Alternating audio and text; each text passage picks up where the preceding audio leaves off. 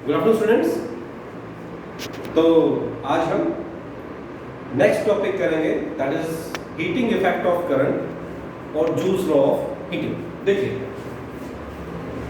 Heating effect of current क्या होता है?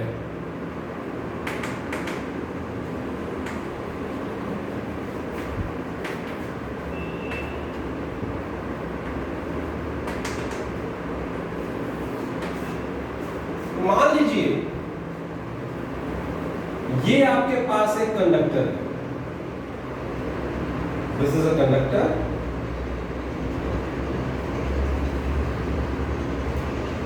और आपने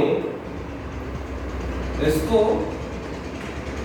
किसी बैटरी से कनेक्ट किया जिसने क्या किया, एक पोटेंशियल प्रोवाइड किया।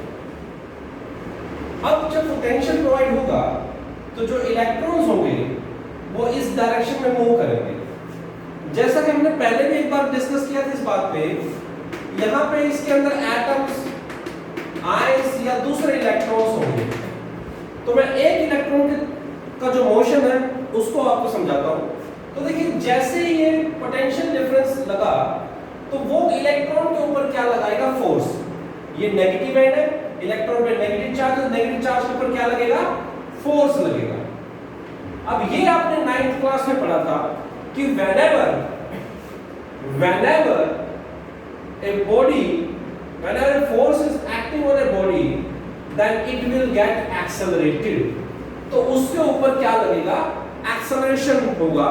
एक्सेलरेशन होगा तो वो उधर भागेगी, तो इलेक्ट्रॉन किधर भागेगा, इलेक्ट्रॉन मान लीजिए ऐसे भागा। मैं एक बार मोशन समझा देता हूं, फिर उसके बाद इसमें देखेंगे।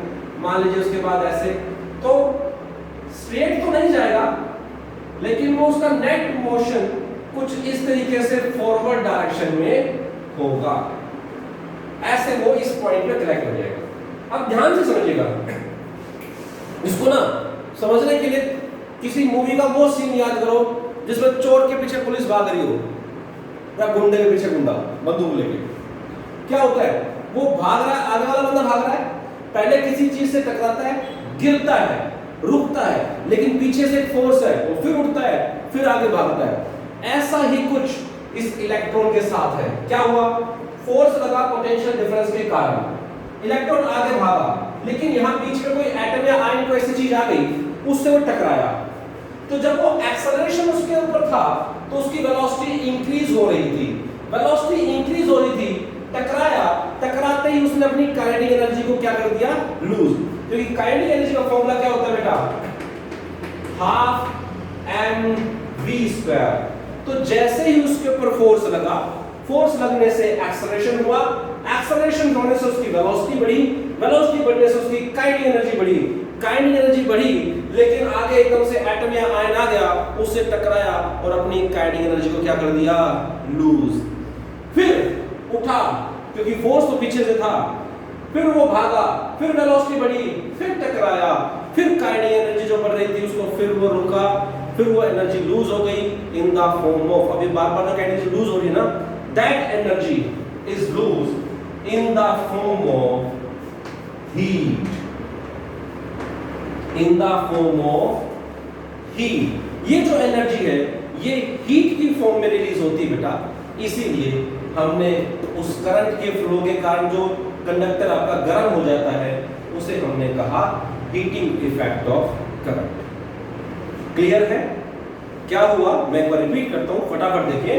पोटेंशियल डिफरेंस लगा, पोटेंशियल डिफरेंस ने कुछ वर्क डन किया, वर्क डन हुआ, उसके ऊपर फोर्स लगा, फोर्स लगा, एक्सेलरेशन हुआ, एक्सेलरेशन हुआ, वेलोसिटी इंक्रीज हुई, वेलोसिटी इंक्रीज हुई तो काइनेटिक एनर्जी इंक्रीज हुई, काइनेटिक एनर्जी जो इंक्रीज हो रही थी तो किसी एटम या आयन से इलेक्ट्रॉन स्ट्राइक किया, कोलाइड किया और अपनी काइनेटिक एनर्जी को लूज कर दिया। ओके, जो काइनेटिक एनर्जी लूज हुई, that kinetic energy is lose in the form of heat, और इसके कारण जो कंडक्टर है वो गर्म हो जाता है, and that's why we called as heat this effect of current we called as heating effect of current. Clear है बेटा? ओके, इसको मैथमेटिकली एक्सप्रेस करते हैं। तो V, मान लीजिए चार्ज Q था, जो भी चार्ज पर एरिया जा रहा था, तो V is equal to W by Q। ये तो आपने फॉर्मूला पढ़ा potential difference work done on charge. Also you know that I is equal to Q by T और Q is equal to IT. Q is equal to IT. तो देखिए work done QV और VIT. तो this work, अब जो work done हो रहा था इसी वर्क डन के कारण वो हीट एनर्जी प्रोड्यूस हो रही थी, एनर्जी लूज करता है इन the form of heat.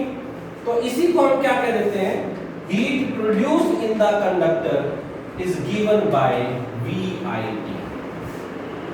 Clear है? यहां तक क्लियर है? कंसेप्ट क्लियर है बेटा आप लोगों को?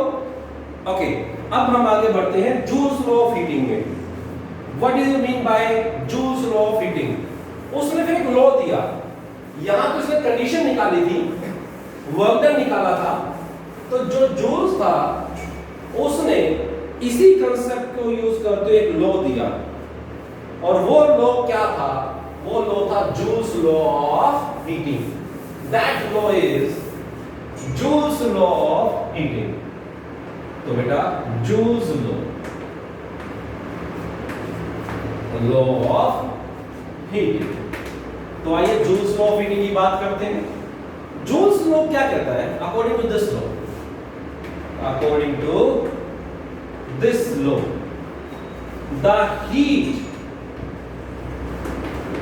produced in the conductor, heat produced in the conductor is first directly proportional to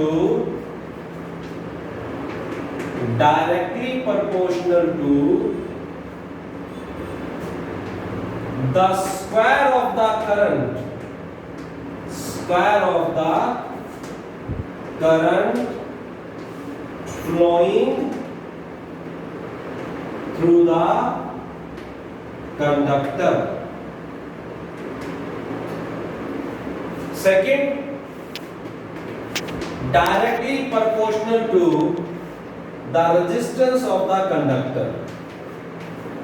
Resistance of the conductor. And third, directly proportional to the time for which the current is flowing through the conductor. आइए देखते हैं. Let us assume we have a conductor.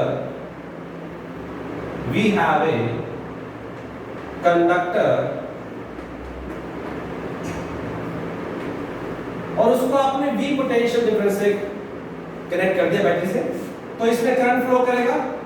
Let us assume I current is flowing and the resistance of the conductor is R, and the current is flowing through the conductor for time t. Current is flowing through the conductor for time t.